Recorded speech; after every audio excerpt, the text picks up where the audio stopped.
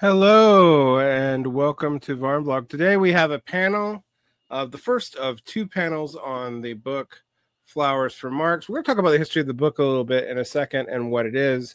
It is coming out by Revol Press, and I will do full disclosure. Since I am an author for Revol, I'm also part of their collective, although I'm not an editor there. Ironically, I've seen this book before, and we were talking about that off air. It has a kind of harried history, and so when I was reading it, when our Revol editor sent it to me, I was like, "This is familiar. Where have I seen this before?" And so there's a history there, and we'll get into that in a second. Today we have Conrad Hamilton, Ernesto Vargas, and Ben Burgis. Burgess is a returning guest. Ernesto and Conrad had not been on here before, though I don't know Ernesto. I do know of Conrad. We've actually never spoken directly, except maybe we shit posted in one group together once. And we are spread out all over the world. So we have people coming from from Southern California or Northern Mexico. We have people coming from somewhere else in Mexico. And we have someone coming from Shanghai. And I am here in the Mountain West in the United States. So, Flowers for Marx. This book seems to be weirdly controversial for a book that's about relatively benign controversies in Marxist history and criticism. Why is it controversial? And what's the history of of getting it published? Why was it hard to get this book in print?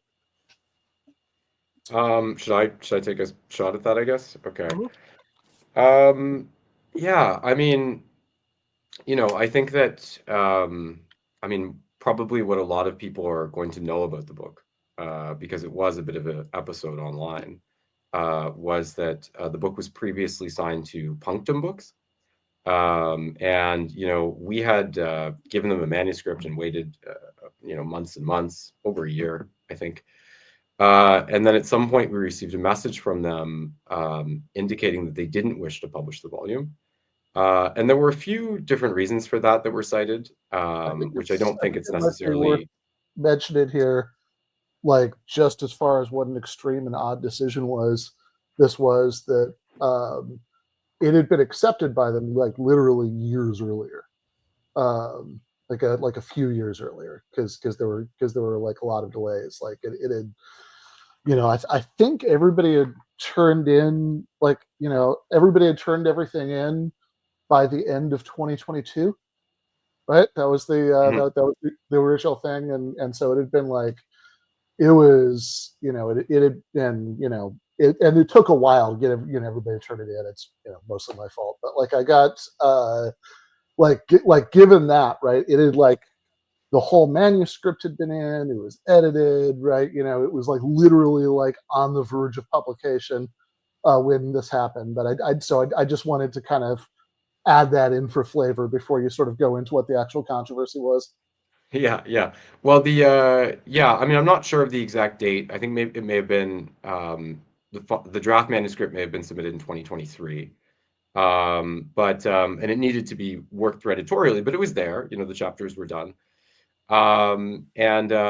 Then we subsequently they contacted us and they said, after having signed the book, that they didn't want to publish it. And there were different reasons given for that. And I don't think it's necessarily useful to get into all of them. I think probably the one that was most decisive, in the sense that it couldn't be retroactively changed in editorial, was that they were frustrated with some of the platforms, apparently, Matt and Ben had appeared on. So I think it was Quillette, Compact, and Joe Rogan. They were in particular, because Ben had appeared in the Joe Rogan Experience. I think people watching this may be familiar, or not. But yeah, then I know that at that time Ben wrote about this on his Substack. And he made, I think, a great argument. And maybe Ben, you want to add something there? Sure. I was going to say earlier, by the way, this is kind of a It's kind of interesting. I think I'm the only person here who's been in the same physical space as all three of the other people on here at different points. Varn a couple times, Ernesto in Mexico City, and like back in like 2019, and Conrad in London like just a few months ago. Anyway, but yeah, it's so yeah, odd little reunion for me. Although I don't know that any of the other people have been around each other, but yeah, no. So I mean, it seems like the issue, as you say, there were other issues, but some of the other issues that they cited were about content. And so those presumably could have been fixed, right? The history couldn't have been fixed. That the fact that Matt and I had both published in Compact and Quillette. In the Quillette case, much more Matt than me, but I had a little bit, and I had and yeah, I'd been on the Joe Rogan show in 2022, which I'll just note was a very, very long time before they decided that they to unaccept the book, which is part of what makes it such an odd decision. But they said they couldn't be associated with that, and it seems to me at least like a really extreme version of guilt by association, and just extremely unhelpful, because you think, okay, I mean, whatever you think of what I did when I was in the show, or whatever, like, I mean, presumably I would think, I mean, it's the largest podcast in the world, that we'd want there to be more leftists on there rather than less. I'm also very curious whether they'd apply this consistently, right? So Cornel West, for example, has been on the Joe Rogan Experience. It's not totally out of the question. You could imagine him like writing something about Marxism that would be that would be published in a press like this. Would they say no, we can't do that, right? Because you were on this show. Maybe they would be consistent in that way. I have a hard time imagining it, but I think the more interesting question is not would they be consistent about this, but should they? What purpose does that serve? Does it does it punish Joe Rogan in some way for his bad political takes?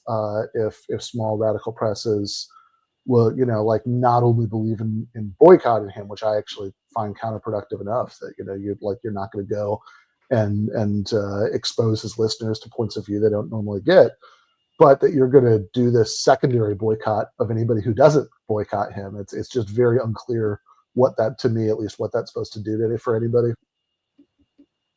Mm-hmm. Yeah, and I think in terms of your overall question,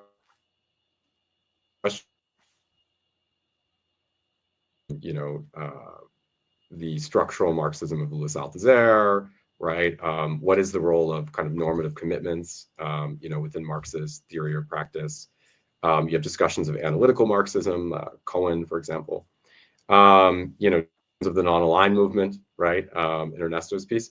So again, it might be like, why would it be that a text like that is divisive? But I do think that there are a couple of aspects of it in terms of the people involved, in terms of the perspectives represented, that could be contentious. So one, I think, again, of course, you have Matt and Ben involved, whose work I appreciate, obviously. I think that they have been very active, in trying to push the message of the left across different mediums, in the way that Ben's saying. I think, in spite of being aligned with, are both writing for Jacobin, which is, probably fairly mainstream as far as, contemporary Anglo-American left commitments go. They've also both been very critical of cancel culture at different moments in certain aspects of contemporary liberal culture. And I think that has been something that, has been a provocation for certain people. And then at the same time, if you think of the book, you also have, in my debate with Matt, you have the situation in which, yes, we're discussing, Marxist humanism versus Marxist science, but it also takes the form of a political debate, right? And that's kind of the main axis of the book. And Matt is defending the essentiality of humanism and in some sense moralism to Marxism. And he ends up also defending a kind of democratic socialist agenda as the debate progresses. And while not dismissing the need for normative commitments in some sense, in my essay, I reprise Althusser's critique of humanism. And then that segues into a larger critique of kind of the post-2020 situation with respect to democratic socialism in the United States. So, it's an interesting thing, right? Because I think that when it comes to more liberal-minded presses, I think that, defending socialist states or having those kind of discussions can be provocative. But then let us note also that if you look at the people we have representing, not that Ben's engaged in those polemics so much, but if you look at the authors we have who represent, a more mainstream set of commitments, like I said, Jacobin and so forth, they're also not completely undivisive, right, because of the positions they've taken. So, I think the book could be challenging at a number of levels in that sense. So the book is interesting because it's kind of, it's a series of, let's say, essay debates around maybe two key questions. One is the question of humanism and science/historical materialism, and the other is the question of analytic Marxism and, let's say, the non-aligned movement, are critique of bourgeois socialism. There's a lot of things we can pull from Ernesto's essay. And I do think those are interesting political debates that would be controversial, even though they're also Marxiological. But I mean, I think even liberal-friendly Marxist press has published something. I can think of, since the 70s, we've been having the structuralism versus humanism versus analytic Marxism debates. I was reading Gouldner, and I was like, oh, we were doing this back in the mid 60s too. So it's not a new debate. I do think its political valence has changed, and I wanted to, have Conrad talk a little bit about the humanism and science debate, because I do think that's basically a debate we've been having for 150 years, but the valences of that debate are a little different. And for those of you who are wondering, Matt will have a chance to respond. He's coming on in another panel. So, why do you think this is coming back up again? It seems to come up about every, say, generation or generation and a half. Yeah, I mean, I think definitely there are different reasons for that. So, I think that again, I mentioned before you had the I'm going to point to a couple of reasons, but I mentioned before you had the in 2020, 2019, you had the collapse of the Corbyn and the Sanders campaigns. And I think that, and Althusser is quite clear about this, right? If you look at Althusser's work when he criticizes Marxist humanism, right? Now, he doesn't say in his writings that humanism wouldn't necessarily have an instrumental application, right? He also doesn't deny the need for moral commitments on the left that can't be reduced to science, as it were. So he talks about exploitation as being a morally suggestive term, that would also be useful. But he's critical of the use of humanism in the context of the 1960s, in the context of his conjuncture, because he feels that it's connected to, and I think even if he doesn't say this explicitly, it's also implicit at times. He feels that it's connected to the Soviet politics of détente, right, in Europe, and the kind of de-radicalization or demobilization within the Cold War. And that it's also connected to, the decision of various Western European communist parties to adopt a kind of broadly reformist position, right? And we know that though Althusser wasn't so explicit about his political preferences because he was in the French Communist Party, we know that, he had a certain level of sympathy for the Cultural Revolution, that on the whole, there was a more radical impulse that he kind of supported. And I think, another thing, it's important to understand also why, the politics of détente were occurring. right? And ultimately, a big risk at the time was nuclear war, Mhm. right? And if you look at Mao in this time, right, he was comparatively casual. I think at one point he says, well, World War I gave us the Russian Revolution, World War II gave us the Chinese Revolution. If the bourgeoisie want World War III, bring it on, right? So, pretty hand on the horn kind of attitude. To which the Soviet response might be, if humankind is exterminated, well, then there's no class struggle, right? So it's a little Right. bit.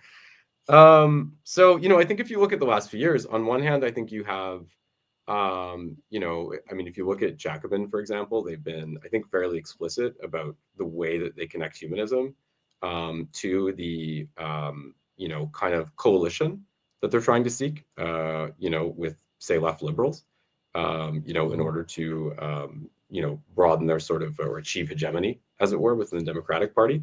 And I, to be fair, I should mention, as a goal, with the goal of achieving an ultimate rupture, right, that would not be in any way limited to the Democratic Party, that would bring about a genuine socialist movement in the United States. And I also think that, if you think of because the way I would see humanism, is, again, regardless of the strategic utility of it, it's always a kind of extra class concept. So I think that if we're really looking at, like, what is the crisis in our time, maybe analogous to nuclear war. I mean, we still have the risk of nuclear war, but what is the crisis in our time? And I think that, in a way, the environmental threat, right, in addition to the politics of, I said DSA, Jacobin, blah, blah, other left populist organizations that have attempted to, integrate themselves or achieve success within the parliamentary milieu. I think you also have this overhanging threat of environmental crisis that has, in its own way, helped furnish the occasion for renewal of humanist ideology. And then I think whenever you have that, you also are going to, as a response to the political and theoretical dimensions, you're also going to have, salient critiques of it which emerge, right, on the grounds that, we're going to soft, we're going to parliamentarian, right? This is potentially a rapprochement with capitalism ultimately, or we're too freely immersing ourselves in kind of extra class debates, right? We're making our praxis too much about the threat of nuclear war, too much about the ecological dimension, and not immersed enough in the sort of agonistic class one. So maybe that helps. And I don't know if anyone has anything to add to that, but. Anyone else like to respond on that? I mean, like, Ben and Ernesto are ostensibly in a separate debate, but it is related to this. Analytical Marxism has a complicated relationship to Marxist humanism, although I would say that most of the current generation of analytical Marxists, which I associate with Vivek Chibber and elements of Catalyst, which is the theoretical journal for Jacobin, are fairly sympathetic to Marxist humanism, even if, like Romer and other classical analytical Marxists were a little bit more skeptical. I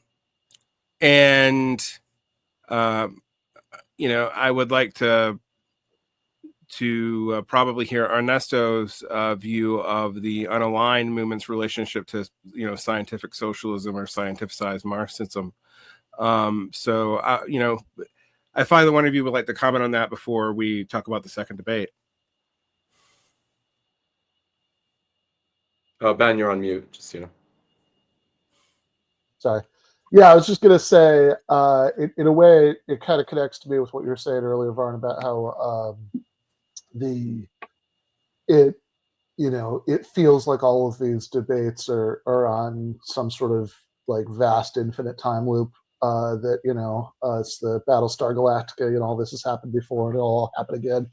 I've been reading, just happened to have been reading this week, Ellen Meiskenwood's book, The Retreat from Class, A New True Socialism, which was written in the 1980s and is, and I think some of what, I think there's an interesting question. Like I'd have to think more about it, but as Conrad was describing sort of what he gets out of his reading of Althusser and what he thinks some of the underlying concerns were, even though Wood talks about Althusser there, and I think anyway, I don't know that I don't know that her assessment of him is the same, but whatever. Like putting that aside, right? I think there is some echo there to what Wood is concerned about in that book, which is the sort of the development of some Marxist intellectuals towards this kind of fuzzy post-Marxism that like sort of substitutes this general, like, doesn't really think in terms of class struggle anymore. It's just this sort of this kind of movement for like radical democracy being waged by nobody in particular. That it's sort of all like the contours of that struggle are understood much more in terms of discourse and ideology than material interests. And I think it's like thinking about that critique, and I mean I'm pretty I mean how it maps onto some of the things that that Conrad just was just talking about.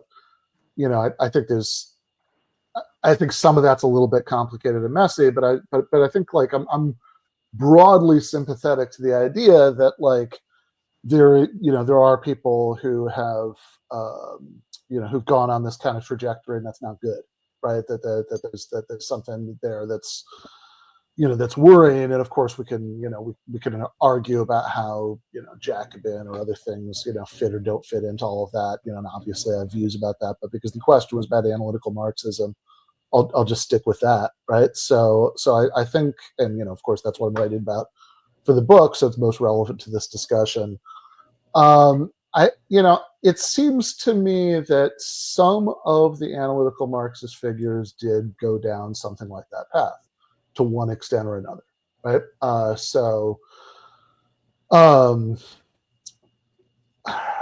I think that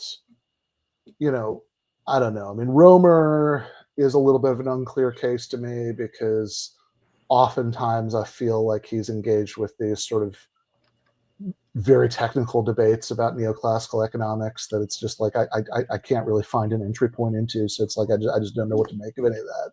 But certainly, if you think about the two people that I've spent the most time thinking about from the original generation of analytical Marxism, G.A. Cohen and Eric Olin Wright, I think to one extent or another, I think you can find things to criticize about both of their later work that are somewhat along these lines.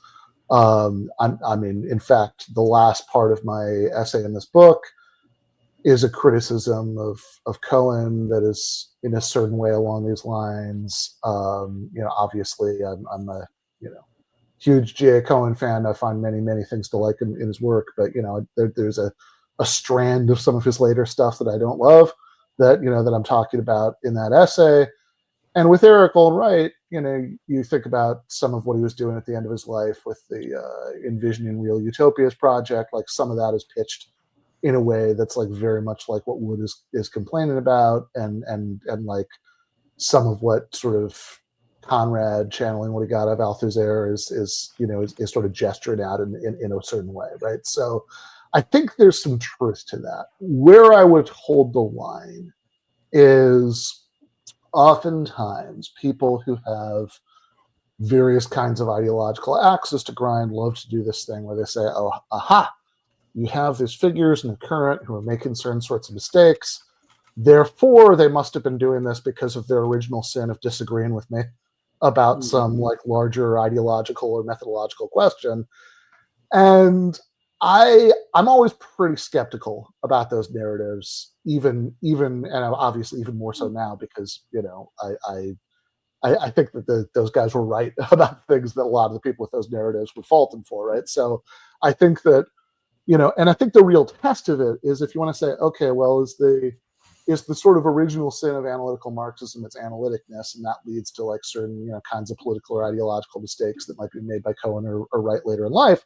I think the test has got to be, okay, well, we've got to contrast it to what's going on at the same time in very continental kinds of Marxism, right? And then it seems to me that once we've done that, it's like, man, I don't know, Cohen and Wright look like pretty orthodox Marxists at the end of their lives.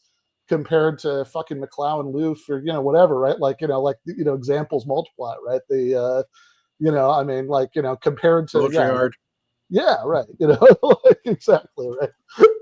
So a lot of people come out of the Frankfurt School, etc. Like, so it seems to me like that's probably not the issue, right? There's probably, in fact, much larger historical forces going on that are having some degree of gravitational pull on a lot of these figures from a lot of different intellectual traditions. That last point is a very scientific point to make about humanism. I'm just going to slyly point that out there. Ernesto, what is your response? I mean, how is the humanism scientificity debate relevant to your work on the non-aligned movement? Well, you have to look past a lot of. So in Mexico, we had a tendency for humanism, spearheaded, not Marxist humanism, but spearheaded by José Vasconcelos, right? And he had this conception of the cosmic race, which was like kind of a radical deconstruction of racism that would lead you to a sort of a universal humanism, so on and so forth. But eventually, a lot of frustrations with the reality of Mexican politics led José Vasconcelos to swerve right, and he started a brown shirt movement. So, I mean, I'm not trying to make some sort of a argument ad Hitlerium or whatever. Well, what I'm saying is that I certainly appreciate the hope that the humanist movement brings to the movement, but without a structural analysis and a historical analysis, you get stuck in dreams. I mean, and yeah, I lived in Mexico for a while, and I became obsessed with the La Cosmica Raza idea and where it went politically, and how it seemed to start out as a deconstruction of European racial theories and ended up fascist adjacent, if not actually fascist. And how that even plays into American and Chicano movements and the focus on that, and like ideas about Aslan and stuff like that. So I do find that interesting. And the humanism is also, I mean, when we talk about humanism, it's also tied in with like our relationship to Hegelian idealism, which is interestingly something that Althuserians and analytic Marxists both critique against someone like the political Marxists like Wood, are, let's say, very, very orthodox Trotskyist or orthodox Marxist Leninist from the 20s who they had different Hegel that they liked. And, I like Hegel too, to some degree. I'm a big fan of the science of logic and a kind of a fan of the phenomenology of spirit, if I don't read all the God stuff in it as being literal. But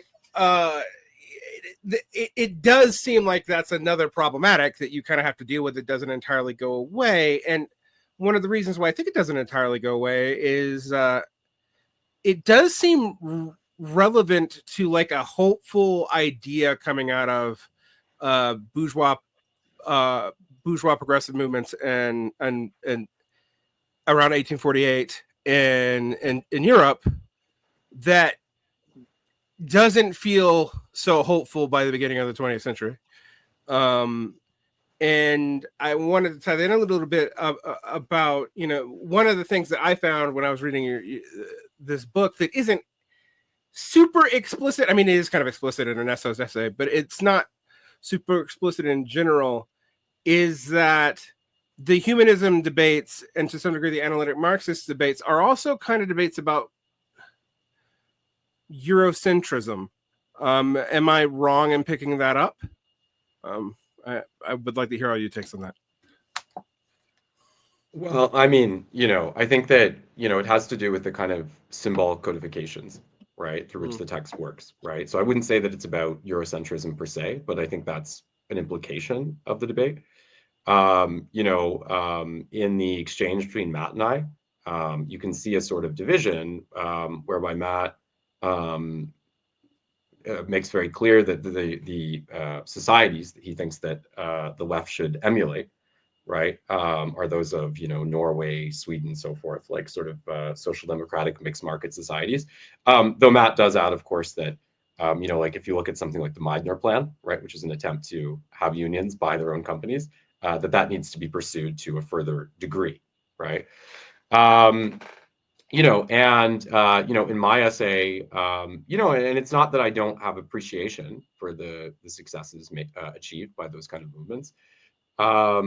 But I also point out that with respect to the general position of democratic socialism, and you can find it in Matt's work, I also discuss Bhaskar Sankara's book. What's the socialist? What's the name of that book, Ben? Sorry, I can't hear you. You're on mute. What is it? Oh, yeah, the Socialist Manifesto. Yeah. I discussed some passages in that.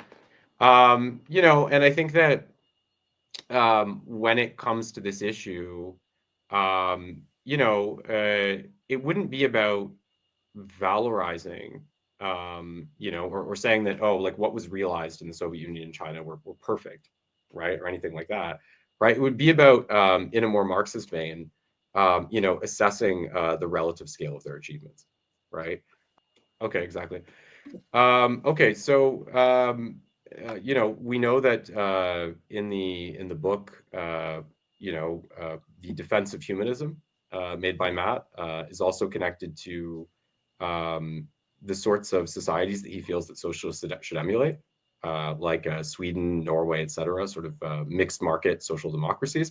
But of course, Matt also, as with the Meidner Plan in the 70s in Sweden, that called for unions to buy out the corporations they were within. Matt also wishes to pursue a more radical agenda within that context.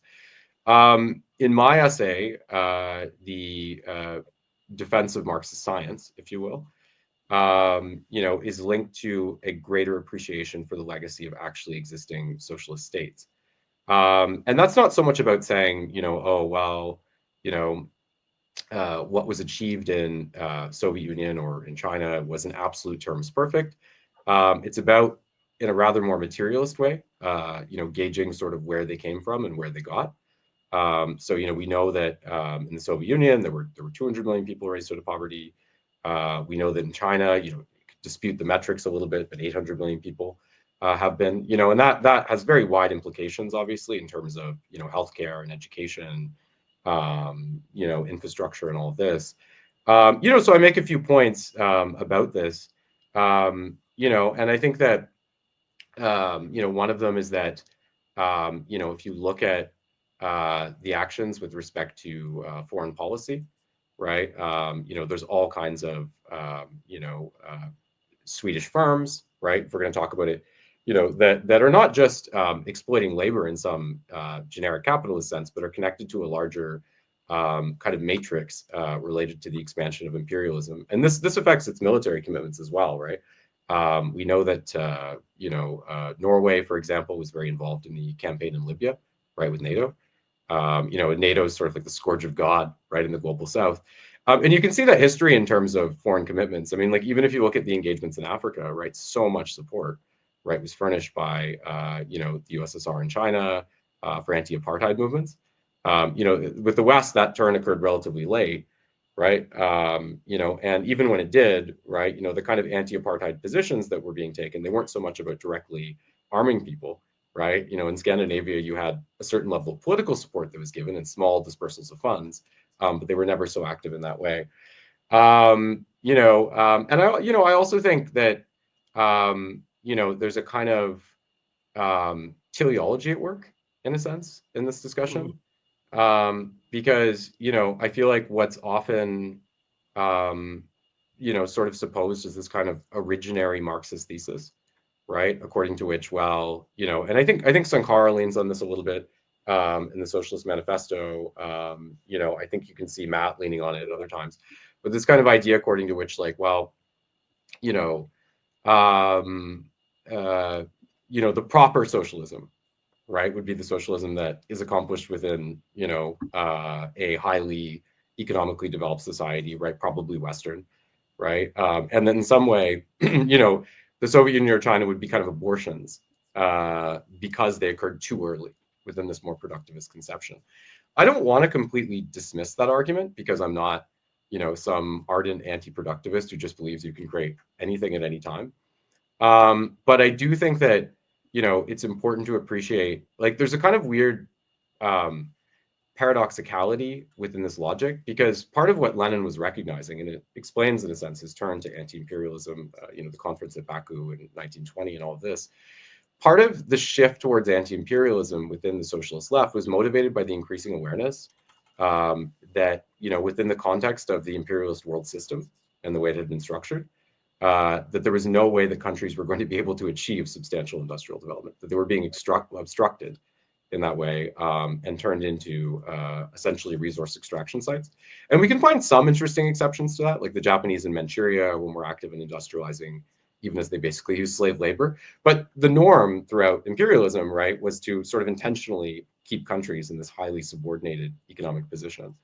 So, you know, one of the paradoxes, I think, is that, you know, even if you, you know, even if you were to maintain that kind of productivist hypothesis, I don't necessarily think that it negates those achievements, because I think that what it would also attest to is the fact that you needed, right, this kind of process of political rupture, you know, even if it was premature, to actually shepherd the conditions into existence through which a more affluent or robust form of socialism would be created. So I'm always a little bit skeptical about those kind of arguments.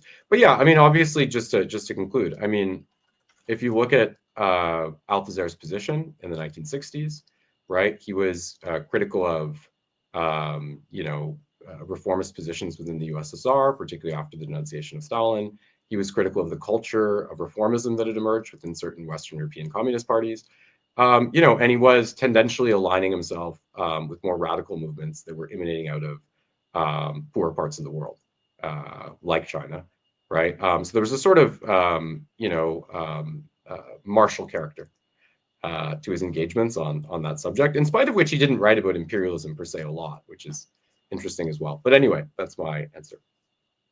Yeah, Ben, and then we'll go to Ernesto. Yeah, sure. I mean, look, I am somebody who thinks that, you know, what's often just, you know, I mean, what's often sort of dismissed as, you know, teleology, productivism, technological determinism is another thing that's sort of very popular. Like, is just historical materialism, right? I mean, that this is that in fact, I think one of the core insights that differentiates Marxism from earlier and later forms of socialist thought is precisely the understanding that capitalism wasn't an avoidable moral mistake, but a necessary phase of historical development that, you know, indispensably creates the foundations for a flourishing socialism, right? I mean, that this is why, I mean, in a sense, you have Plekhanov, you know, predicting more or less what was going to happen in the Soviet Union in the 30s, you know, with his line about income development, right? That the, you know, if you tried to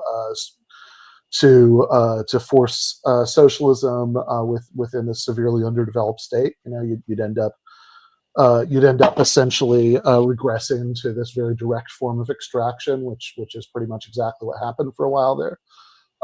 And, you know, before the Soviet Union ended up, you know, plateauing in a lot of ways, and you know, and it stopped being, you know, it stopped being anything like as sort of nightmarishly repressive on a workplace level as it had been in the 30s, you know, when there were all these like laws against absenteeism, right? You know, you could literally be arrested for not showing up at work, when they had an internal passport system to you know, to stop you from moving around from, you know, from place to place within the Soviet Union without official permission, etc. Right? So it stopped being nearly as repressive in those ways, but it also stopped making big strides in development. Right? That, you know, both of those things happened, and in fact, you know, was very dependent of it, you know, more and more on Western aid and loans.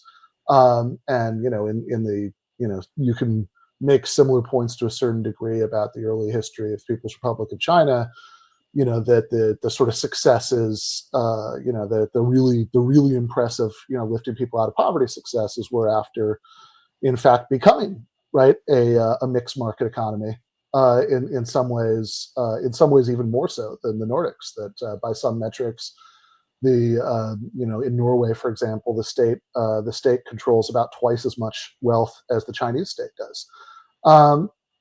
And again, I think that the larger point here, I mean, the sort of basic materialist insight, right, is that you're only going to get, you're only going to get a working class that's sort of capable of acting on, that has the capacities and interests to create a social society, is capable of acting on its own terms as an agent of its own emancipation, rather than just as sort of ground troops for some other part of the population in highly developed conditions. And two, that if you're going to have if you're going to sort of attempt to create a more egalitarian kind of society in conditions, in very underdeveloped conditions, then at best that's going to lead to this rationing out, right, of crumbs, that which is precisely the circumstance under which Marx famously says all the old crap, right, is going to return again, right? So I'm very suspicious of this kind of voluntaristic idea that that you can pole vault over stages of historical development like that. Again, like stagism is another one of those words a lot of Marxists use as a pejorative, but I mean, I just think it's like, well, what you're describing as stagism is just basic Marxism, and it shouldn't be a pejorative, right? And I think that and it's worth noting, right, that Lenin, right, and I mean, I'd mentioned Trotsky, but I suspect that I'm better off rhetorically emphasizing Lenin here, right? Like Lenin at the time when he was leading the Russian Revolution was very much committed to this basic historical materialist thesis that it would be impossible to skip to socialism in conditions of Tsarist Russia. I mean, that's why very explicitly he says this over and over and over again, right? In speeches, the whole game plan was to have sort of seize an initial outpost in Russia, and then the revolution could spread to the West, crucially Germany, and sort of take its industrialized base, which is also this sort of speculation that Marx had started in the in the last years of his life, most famously in the letter to Vera Zasulich, and then more explicitly in the introduction to the Russian edition of the Communist Manifesto, right? That this like, yeah, maybe you could skip ahead if this acted as a signal to proletarian revolution in the West, right? So the sort of key core historical materialist insight is basically there. And I have to say, it seems to me that the actual history very much, bears this out, right? Because, even putting aside, the foreign policy questions, and, we can compare, how much, the sort of anti-apartheid efforts, I mean, I'd like a very long, I think this might be true as far as the information that finally came out, but a very long-standing speculation was that Swedish Prime Minister Olof Palme was assassinated because of his the strong stand he'd taken on apartheid in South Africa. We can talk about things like I mean, my God, if we're going to compare foreign policy records, right? Mao embracing Nixon, at the as the United States has committed genocide in Vietnam, and and having and sort of trotting out this bizarre three worlds theory to rationalize what he was doing. But I think that the sort of larger point, right? I mean, that's all kind of the political nitty gritty of it. I think that the larger, more sort of structurally interesting point is when you look at the sort of best case that's made for this kind of anti-productivist idea that it is possible to achieve socialism under these circumstances, or at least the sort of qualified defense of the actually existing socialisms that originated under those circumstances. What it ends up being is essentially this defense in terms of developmental successes, which is, fair enough, right? I mean, there are very real developmental successes in some of these countries. Certainly not unique to them, right? I mean, there are plenty of, there are plenty of countries everybody would agree are capitalist that, in the sort of period from World War II to present, made something like the same leap from, thatched huts to skyscrapers. I mean, the one that Derick and I used to live in, South Korea is is a sort of pretty obvious case in point, right? So there are certainly like unambiguously capitalist examples of this, but if you want to say, okay, the certainly like Deng's China made made particularly rapid advances in this regard, and that and there are real things that can be learned from how quickly and just how impressively and just what a large scale they did this. I'd say fair enough on all of that, but I would just point out that in classical Marxist terms, this is very much not right what the historical mission of socialism was supposed to be, right? That this is what the historical mission of capitalism was supposed to be, is developmentalism, right? The historical mission of socialism was supposed to be taking hold of the productive machinery that had been created by by capitalism, and using that to create something more democratic and egalitarian going forward, right? So I think it is. I would just say, like, I mean, of course, look, I mean, you could say Marx is wrong, God knows he got stuff wrong, right? But like, I think I guess on my end, I'm often frustrated that there isn't more grappling with what a sort of fundamental rethinking of the classic materialist picture this would be. Mm-hmm. Can I jump back on that quick before you move on? Go ahead. Yeah.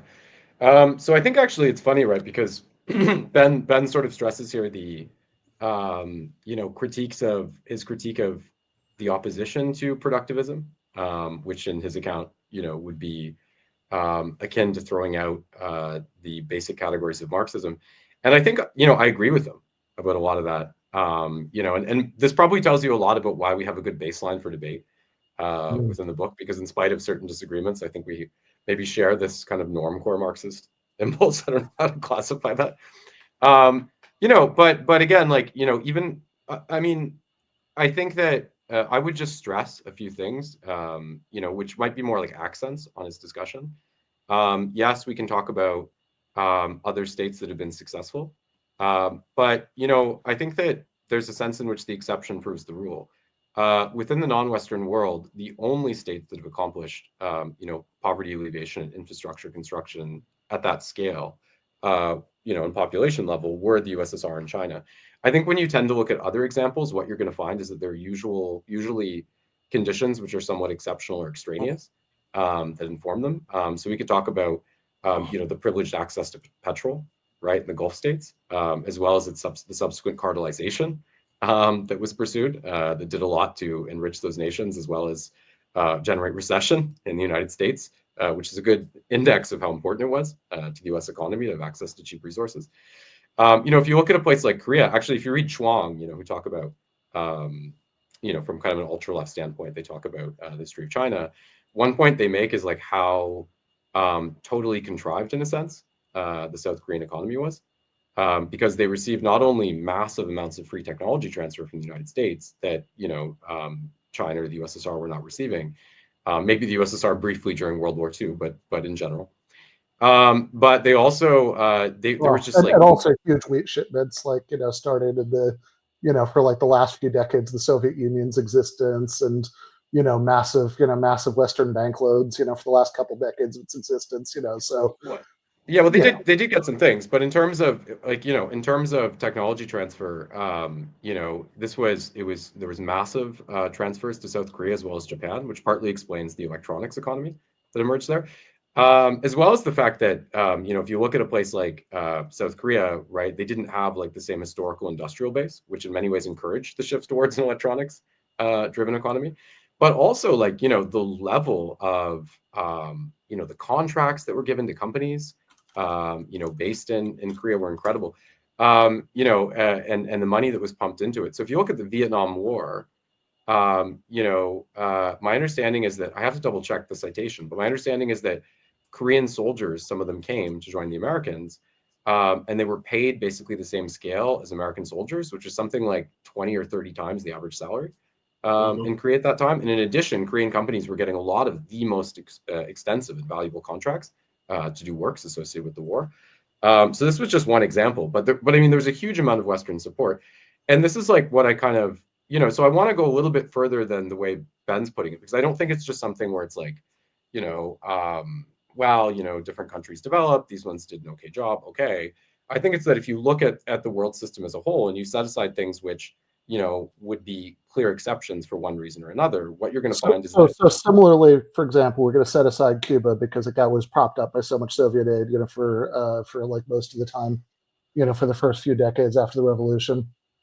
Well, I'm not, by the way, I'm not talking about, autonomy as some kind of heuristic principle here, right? No, but I'm just sort of, I guess I'm just asking for consistent standards, right? Because it's true, true enough, right? That in any case, if you zoom in enough about the details of the case, you'll find like exceptional or particular local conditions that are going to play an exception, they're going to play some kind of role. And I'm not objecting to sort of zooming in on those details in these cases, but I just want to do it in every case, right? That they have, it's not like, so if you say, okay, well, South Korea, Japan didn't have, built up, previous industrial bases, so that helps explain why the electronics revolution took hold here, et cetera. It's like, okay, but like at that point, I think when you start looking at, it's China, right? It's like, what, there's like nothing about local Chinese conditions that plays any sort of role in explaining like any of its successes. It was all just sort of, it all just popped out of like essential features of the system.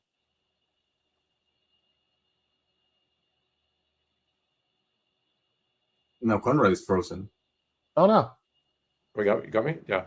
The issue is not about expecting that every country is going to develop in some kind of, autarkic or atomized way. Rather, my point in making this is just to say that, within what we would term like the general or kind of, imperialist world system, there was a failure to generalize, even the conditions of, basic infrastructure, education, et cetera, et cetera. And that was not the case within the socialist bloc.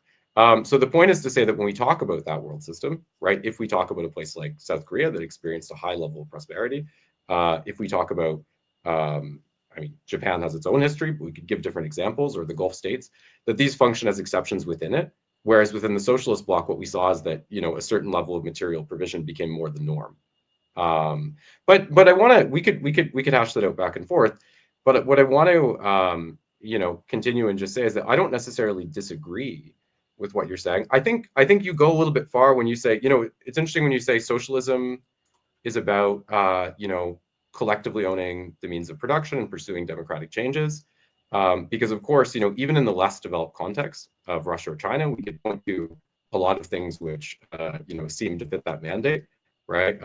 Whether it's exhaustive overhauls of the legal system to, legalize abortion or make divorce legal or create widespread childcare, just to talk about the gender issue, right? Or reforms to, ethnic and religious policies, blah, blah. So there was a control of the means of production, and there was a democratizing dimension. But again, although those are interesting examples, because like a couple of the ones that you just mentioned were actually reversed in the Stalin period. The abortion one you're talking about, and in general, there's gender related stuff that got much more reactionary there, like homosexuality, for example. Yeah. No, and that's like, that's, but it is important to remember, right, that, particularly prior to, because we sometimes have this image of socialist states as being very retrograde in this respect, and on one hand, that would not have had much purchase in like a pre-1960s, 1970s, kind of liberal capitalist or modern liberal capitalist kind of framework.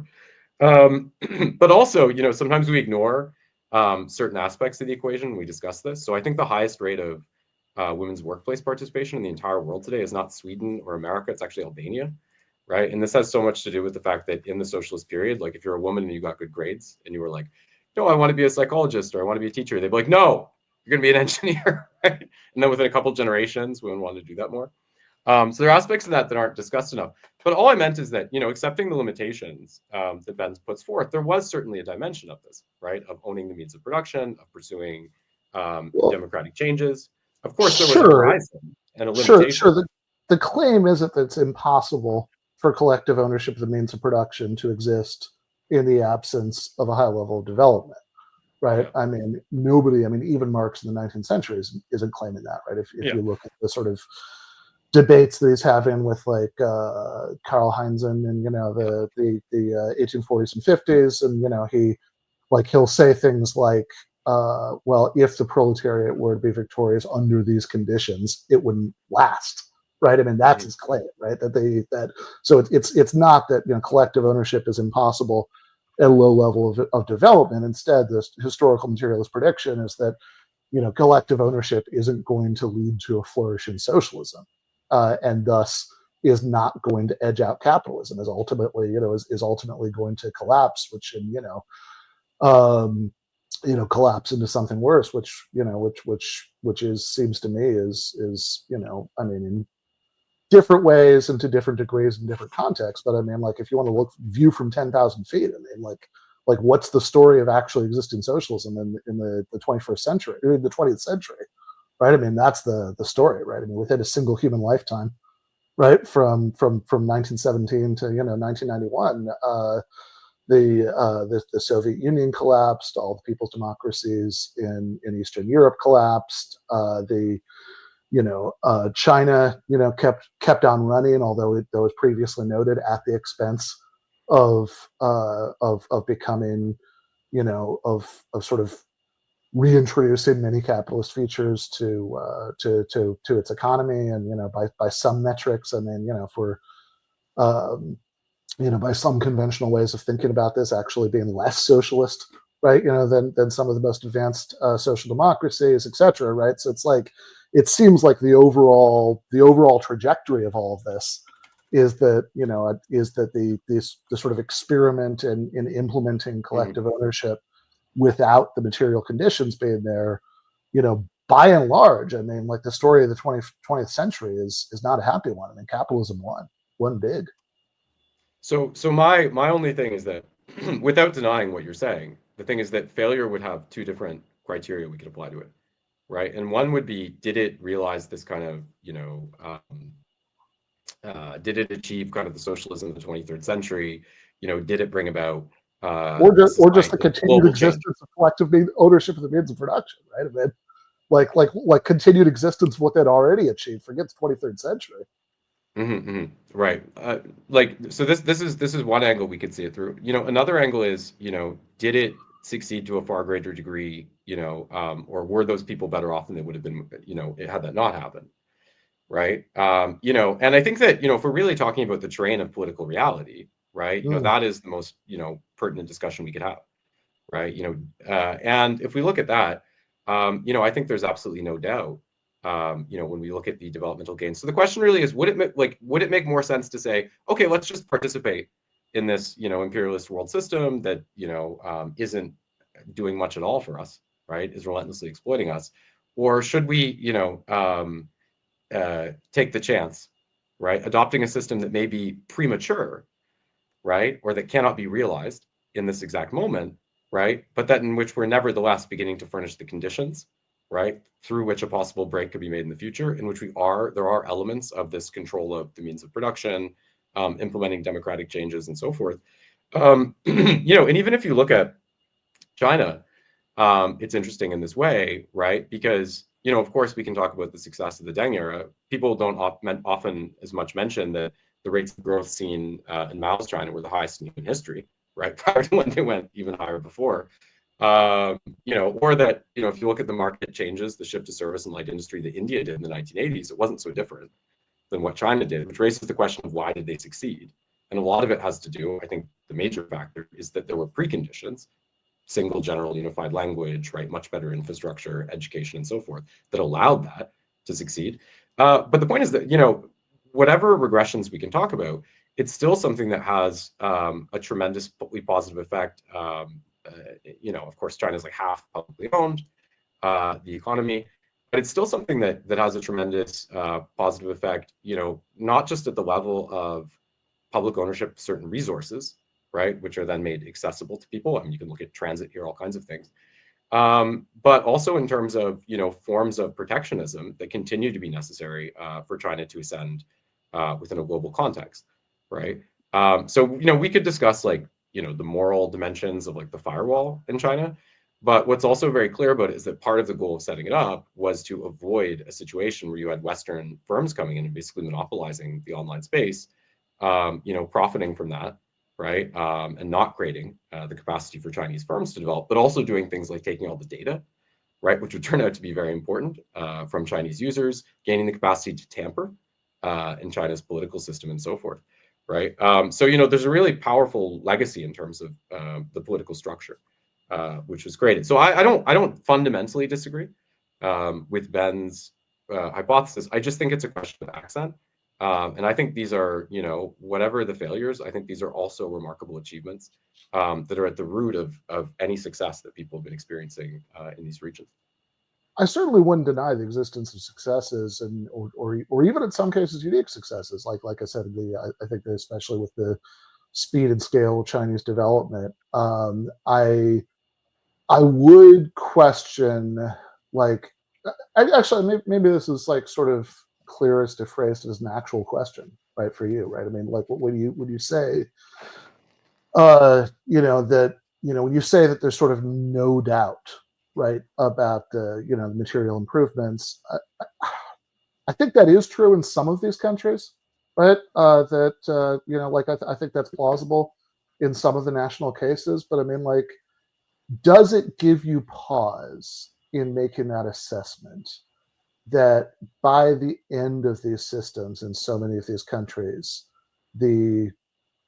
so clearly there was just like very little significant social base for keeping them, right? That they have that the populations had soured on them so completely, and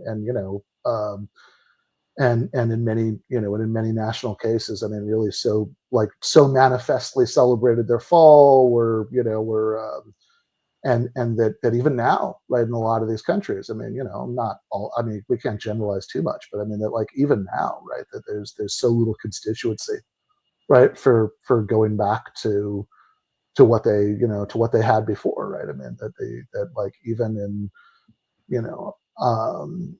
I mean, even in China, I mean, it's my understanding is that there's no sort of significant faction that that calls for going back to the kind of planned economy that they had, in any sort of certainly any short-term time scale. And like a lot of these places, it does seem like, if we're just going to look at popular attitudes, and maybe that's not the same question that you're raising, right? Maybe like, maybe popular attitudes don't reflect objective improvements, but like that, at least in some of these countries, I mean, the very idea of socialism has been discredited probably for several generations at minimum, right? Because of these experiences. I mean, does that give you any pause in making this assessment?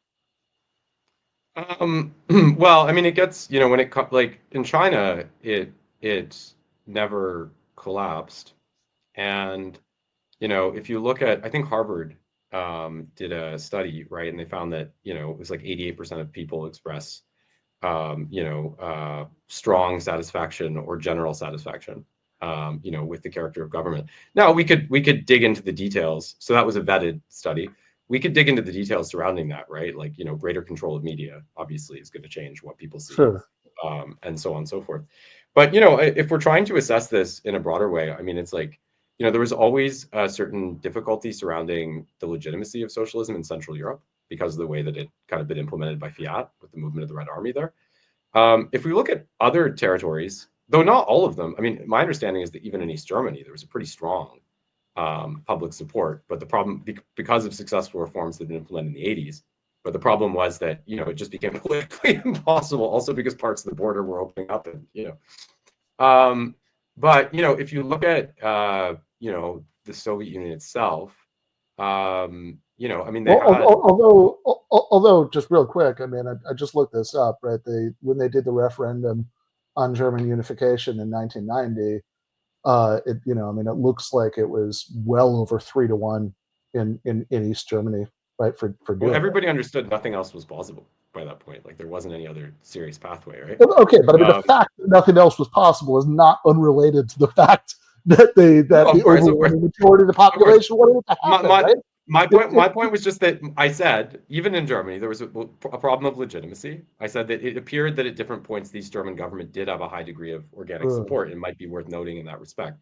But if you look at the more organic, you know, or the territories of the USSR, what we find is that, you know, they had referendums over maintaining it. You were getting things like, you know, 70-80% of people saying, yes, we do want to keep it.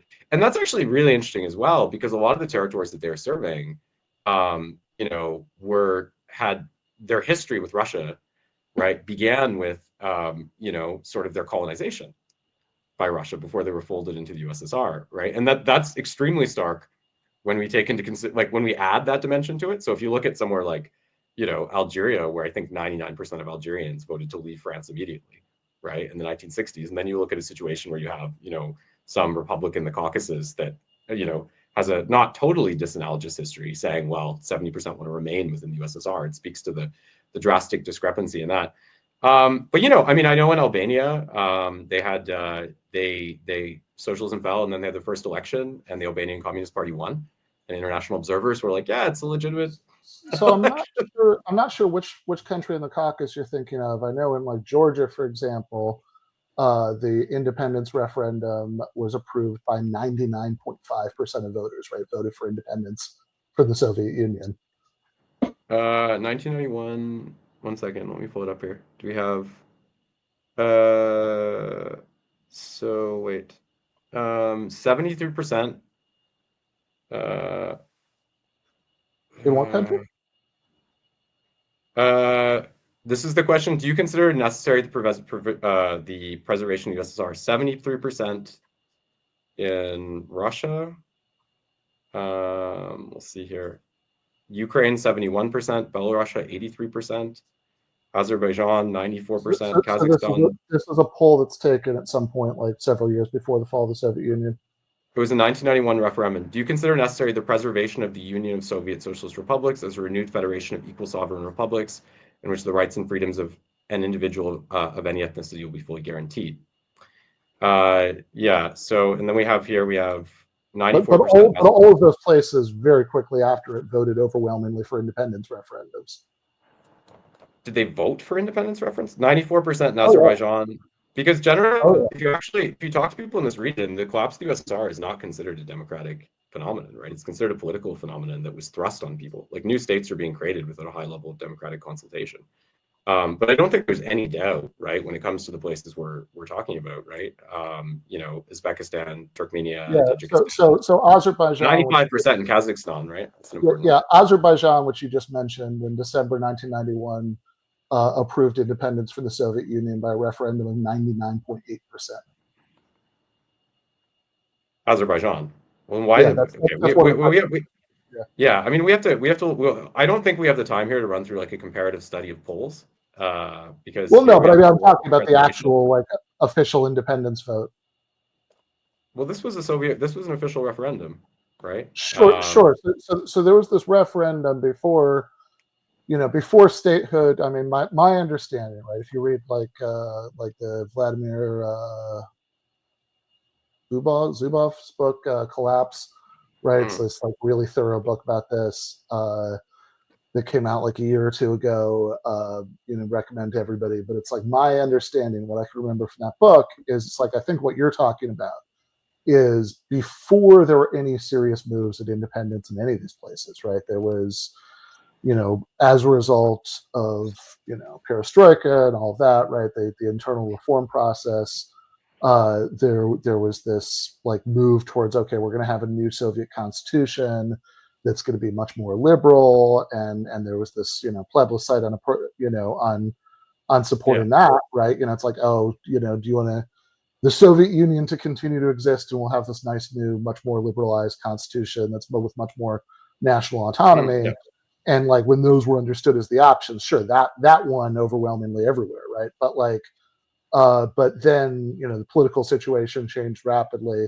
And yeah, I think all of these places, as far as I know, maybe I'm wrong about this, but I think all the former Soviet republics had independence votes when they declared independence. Yeah, so the Azerbaijani independence referendum you're talking about, it actually was held 3 days after the collapse of the Soviet Union. I mean, Right. so, you could, if it's a little bit loaded to say, okay, well, we're going to improve things from here on out, it's also potentially, loaded to ask people if they want to leave as a whole system is dramatically imploding in front of them. Sure. But I would, I mean, it happened quickly enough that, like, I think some of the votes were before the Soviet Union had dissolved itself, and then eventually just kind of imploded. And I mean, I take your point, right? That it's like, sure, at that point, what are you going to do? But like, I also think that if if you get like 99.5 or 99.8% of the population in these places, and I've never heard anybody claim that these were fixed. Maybe they were. Like I said, that's not a claim I've ever heard anybody made before. But like, yeah. If you have these like crushingly overwhelming numbers saying, yeah, like that seems to me hard to square with the idea that there was a significant percentage of the population of these places that were like, no, what are we doing? We want the Soviet Union back. Yeah, well, we see crushingly overwhelming numbers on the other side. I mean, 95% keep Kazakhstan, 95.98. So again, when you're saying keep, what you mean is this vote that, like, at that point, nobody, there was no like movement toward, there was no like independence wasn't anything anybody thought was on the table. It was like the real issue was about this liberalizing constitution and saying, okay, do you want to keep the Soviet Union going and have this? And sure, of course, that was, yes, that was overwhelmingly, but I think it was even more overwhelming when it was starting to break up. You had all these, I mean, granted, you can say a lot of that is less about, less reflective one way or the other of how people feel about the economic system than it is about the sort of patriotic fervor of like nationalism in these emerging, states. But it's not, I don't really think that how people vote in the sort of Gorbachev referendum, should we keep this going with the greatly liberalized constitution that we're working on? Like, I don't think that's like counter evidence for how people voted in We could also look at polls they've done since where they ask people like, and this is interesting. They'll ask people, do you want socialism back? And you have a lot of these countries where it's like 70% of people saying this, and it's cross-generational to some extent. I mean, I think even in Poland, it was like 50% saying this, a country we really associate, with a fervid anti kind of Soviet reaction. Yeah, I mean, certainly the left parties in Poland do terribly, right? I mean, like, it's it's the political spectrum. I mean, goes from like the neoliberal center to the hard right, right? So it's like I guess I'm politely skeptical of what the constituency is for neo-Stalinism in Poland. Yeah, it's kind of funny that people would not vote for left-wing parties, but then say we won. But anyway, maybe we should keep the discussion moving because I don't want to get stalled on this for too long. Yeah.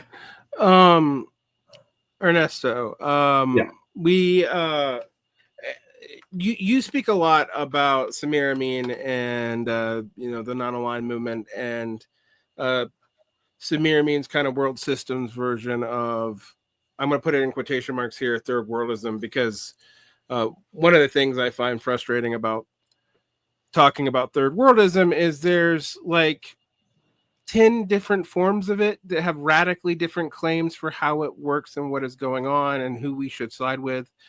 So, for example, Amin was famously skeptical of the Brotherhood in Egypt in 2011. A lot of other third worldists were not. And Amin would find the idea that there's no exploitation of the first world proletariat to be a ridiculous claim. I mean, he would just throw that out categorically, particularly when he talks about general polarization and the end of the 20th, beginning of the 21st century.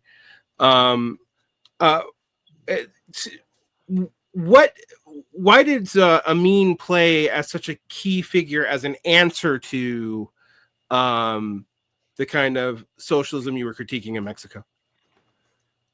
Well, the prime culprit, I guess, I would say, of the collapse of any sort of Mexican, I want to say Marxism, because Marxism in Mexico's history has always been on the margins. I mean, I can't really say that without taking into account the fact that a lot of the most famous public buildings in Mexico have socialist murals, right? Like that's culturally, at least, it's been deeply embedded. But there's a lot of characteristics of Mexico that kind of make it an interesting case study for this question. And the fact is that Mexico's government, the government that we have to deal with conceptually, I guess, is a government built on a popular revolution. And well, there's a lot to say about that, but I don't want to get too into the weeds about Mexican history in particular. But the fact of the matter is that any kind of actual Marxist, radical, anarchist, whatever you want to say, movement in movement in Mexico was quickly shut down by overwhelming force from not just the state, because so the state pretty much dissolved, right? Porfirio Diaz was chased out of the country, and you had a period of civil war, and some guy gets elected president, Francisco Ignacio Madero, and he gets murdered, and so on and so forth, right? It's very similar to the American Revolutionary period back in the day. But the thing is that there is a latent Marxist thought across the movement, and it comes to a head with Cárdenas, right? And Cárdenas starts this land redistribution policy. So today, 42% of Mexican territory is communally owned, right? So 42% of the country belongs to about 3 million people, and they own it with their families. They live as peasants, quote unquote. And this sector of the population has been, I guess, key in a lot of the political developments of the country. But to summarize, the big thing is financial capital. That's the big thing that we have to look at in terms of Mexico, because Mexico had its particularities that allowed it to develop its productive capacities. It had its national economy, so on and so forth. But what really changed is that the banks, international banking, started to meddle with the Mexican financial institutions. And Mexico, well, because it didn't have a solid protectionist state, like actual, because it was a protectionist state, but that withered, right? And a lot of public owned businesses were sold out. And again, the important thing is the money, the banks, because the International Monetary Fund and the World Bank, they come to Mexico and they loan us money. And well, Germany had this great incident, right, of the loan forgiveness. And in fact, Mexico actually had a loan forgiven back in the 40s, I think. After it stabilized its government, we actually got a massive, like 97% or 96% of a loan forgiven. But again, you can't really, just to wrap up, you can't really theorize about Mexican national development without realizing how much of it was conditioned by the fact that it just had to pay off debt. It paid off so much debt. And in the middle of that, you had a massive capital flight. So other countries with better prospects for revenue were absorbing all of the money, and the little money that Mexico kept, they used it to pay off their loans. So again, you can't really make a theory of Mexican national ideology without realizing the fact that Mexico is just another country in a whole monetary system that moves from place to place, and you have to be tracking that, not what a specific country legislated. Mm. And can I just jump in, Ernesto, you link up the failure of like the ultimate dependency on debt with the failure of the decline of the import substitution policies of the Cardenas period, right? And the failure to generate an organic working class. Is that correct? Well, yeah, because Mexico, the wages stagnated in Mexico big time for like 15 years, which happened again, by the way. I don't really go into that in my essay. Maybe I should have. But the modern period is, to quote Ben, it's just a repetition of the past. This whole entry of AMLO and the continuity to Sheinbaum has been a retreading of those steps. Thankfully, we've taken a slightly different position, but you can see that that if the people don't organize around unions and they don't organize across borders, we're just gonna get sidelined by international capital again and again. Mm-hmm. Mm-hmm. And to be clear too, because I helped out a little bit with this part because I have a few contributions to the essay. But to be clear, I think the framing with respect to Amin has to do with the fact that if you look at sort of the division that he makes between core and periphery, I mean, a lot of what was going on in the debate between Matt and I, the implicit models that were being juxtaposed, right, were sort of social democracy in the West versus what we call actually existing socialism, the type that Ben and I were also debating. But you have all kinds of states that didn't fall into that binary, right? And of course, Amin was very active in these, but talking about the non-aligned movement in particular, which Mexico never technically was part of, right? Though it did maintain a close relationship with those countries, which I think that's part of the joke we make early on in Ernesto's essay. Mexico is too non-aligned to be non-aligned. Yeah. So, I mean, right now, Mexico's, I mean, in a certain sense, I mean, Morena is like one of the, I mean, however you want to classify it politically, right? Is like a sort of mild social democracy or whatever you want to call it, right? Like, let's just say left reformist, right? Like they have like Mexico today in certain respects is one of the most, like Morena is like one of the most successful left reformist parties in the world today. Like, I mean, like last year, all of the people doing cope for Kamala losing were like, oh, see, incumbents, have just been swept away everywhere in the world. It's this global thing. There's nothing you can do about it. And it's like, except across the border. Except right across the border. Yeah, exactly. Yeah, well, I think it speaks to the way that in a certain sense, it's interesting because in Latin America we've seen the failure of socialism to congeal in a kind of broad territorial way, akin to what we saw in Russia or China. I mean, all kinds of regimes have been destroyed or collapsed through, in some cases, their own mismanagement policies.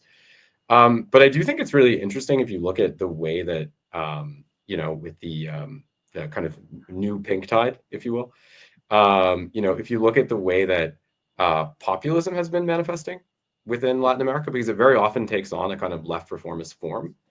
And I think that tells you a lot about the way that, because like who is like the most iconic, visage in all of Latin America is Che Guevara, right? Probably, right? So I think what it is instructive with respect to is that, even amidst those failures, there was a kind of cultural integrality acquired by socialism, that is allowing it to function as a form of populism, in a more effective way than certain territories in the West. I mean, you see, for obvious reasons that are, I think, even much more obvious. You see this in China, where the form of populism, right, always takes the form of perhaps some kind of confused, but nevertheless return to the original ethos of Mao. So I think it's really interesting the way that populism, the kind of mythical histories that it evokes, right, or the kind of cultural imaginaries that appeal to, and how that can influence the progression of politics. We've been going for about an hour and a half, and actually I have like 4 major things I want to open up, but we have another panel coming up for this. I actually am just going to tell you guys I'm contacting you all in smaller batches to further develop some of the comments that came up today. Not that I was intending to turn this into a long series, but I actually think there's no way not to. Because I want to get into specifics on all this, so I'll be reaching out to you guys individually to talk more about this, and maybe I might even set up a debate between Conrad and Ben actually, so you guys can like hash it out and prepare, Did we just do and that? not just go off the cuff. Yeah, you did, but you didn't finish. In fact, you wrote a whole book we about never it. finish. It's a never-ending debate. I'm sure hopefully we'll be like in our respective retirement homes, arguing. Yeah. Yeah. Although I guess, sorry, I guess this is off topic, but I've really been. I also feel like I'm at a disadvantage here because I'm because the Conrad right now is giving me severe nicotine pangs. I really want a cigarette. This was a strategy, I knew. But yeah, because I do think going into the situation in Mexico will actually take a while, and we haven't even really got to the contention between Ben and Ernesto, although I will admit that contention is more subtle than the contention between Conrad and Matt. When I was actually reading the essays, Conrad and Matt are going directly for each other. Well, mostly Conrad going directly for what he sees as Matt's humanistic overclaims and support for democratic socialism, whereas the debate around analytic socialism versus a critique of bourgeois socialism in Mexico is a much more subtle debate in a lot of ways, and it's indirect in its examples.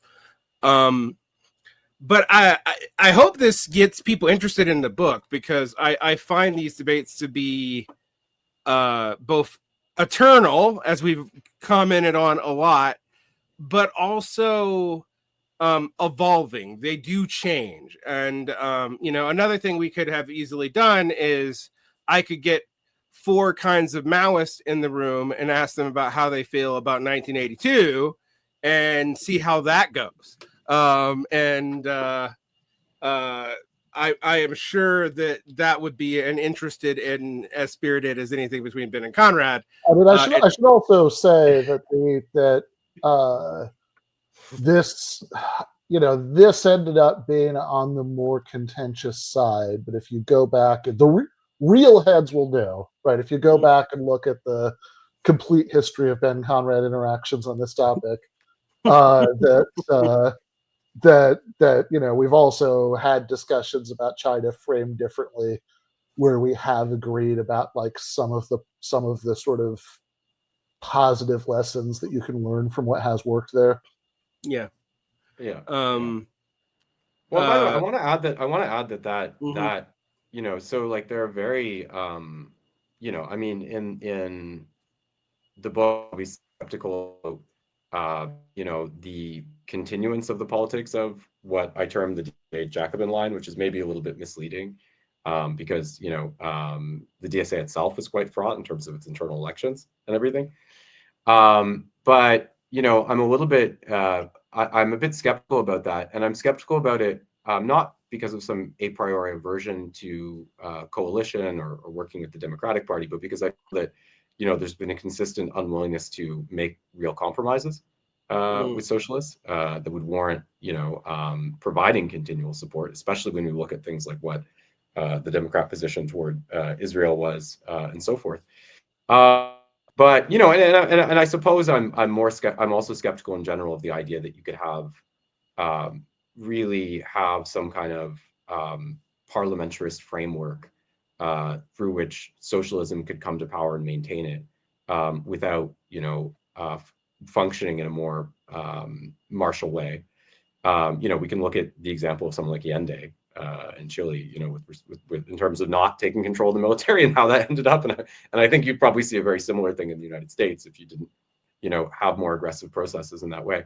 But one thing I will say about it is that I think that, I'm very aware when we look at history, it's not to reject this entire historical sequence. I'm very aware when we look at history, and we could talk about Russia and the Mensheviks and the Bolsheviks, or we could talk about, the Chinese communists coming out of the Chinese nationalists, that, even if you want to incubate a more radical movement, in a way it's necessary to build a movement that might not be as extreme, and that radical movement only gain credibility once that first effort kind of fails. So I think that Frederick Jameson says this at some point. He says that, we need to support social democracy, if for no other reason than because its failure is the essential condition for the creation of any, kind of more truly revolutionary politics, right? Like and that's something you talk about it, and we can say, well, this isn't going to work, but I think it's something that people have to go through and experience. And I think that there's been some steps to having that experience in the United States. And, even if people haven't conquered political power, I think there's been a lot more media visibility. There's been a lot more discourse. I think we can see that there's a generation of left-wing intellectuals who've emerged out of that. So I don't necessarily see, though we do have different positions, I don't necessarily see them as completely antithetical in that aspect. And I think this is true more generally, like we were talking about China. I think actually there's a lot that we agree on, which is why we're able to discuss these things ultimately. Right? Yeah. The most contentious but most meaningful debates are between people who you agree with about 80% of the way. So, I would love to go into all these in more detail, and we will actually. I think this is actually great fruit for that. So we will, you will be seeing these faces again. You guys already know Ben. He's been on here twice before. And I'm talking to him at TAR, like usually about twice a month sometimes. But Ernesto and Conrad, I will see you guys again if you are interested. I'll be in contact about that. And we will also shortly be airing the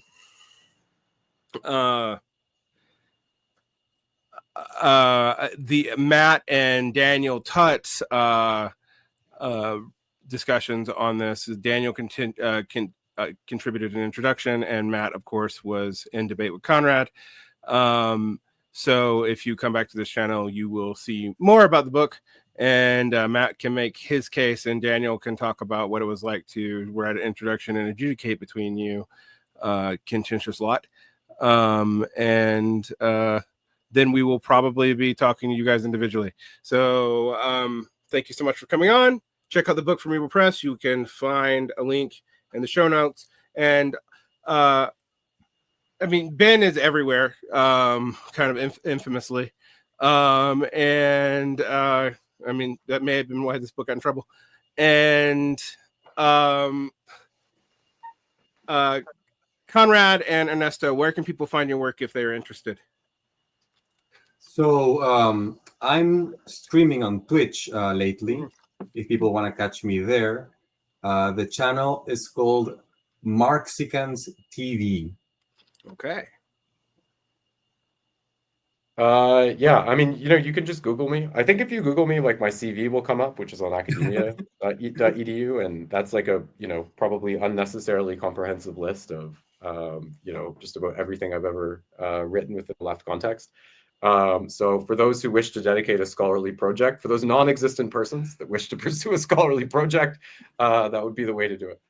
All right. Thank you guys so much. Check out the book, and hopefully this debate will continue in earnest and in good faith. Take care. Thank you. Bye. Bye-bye.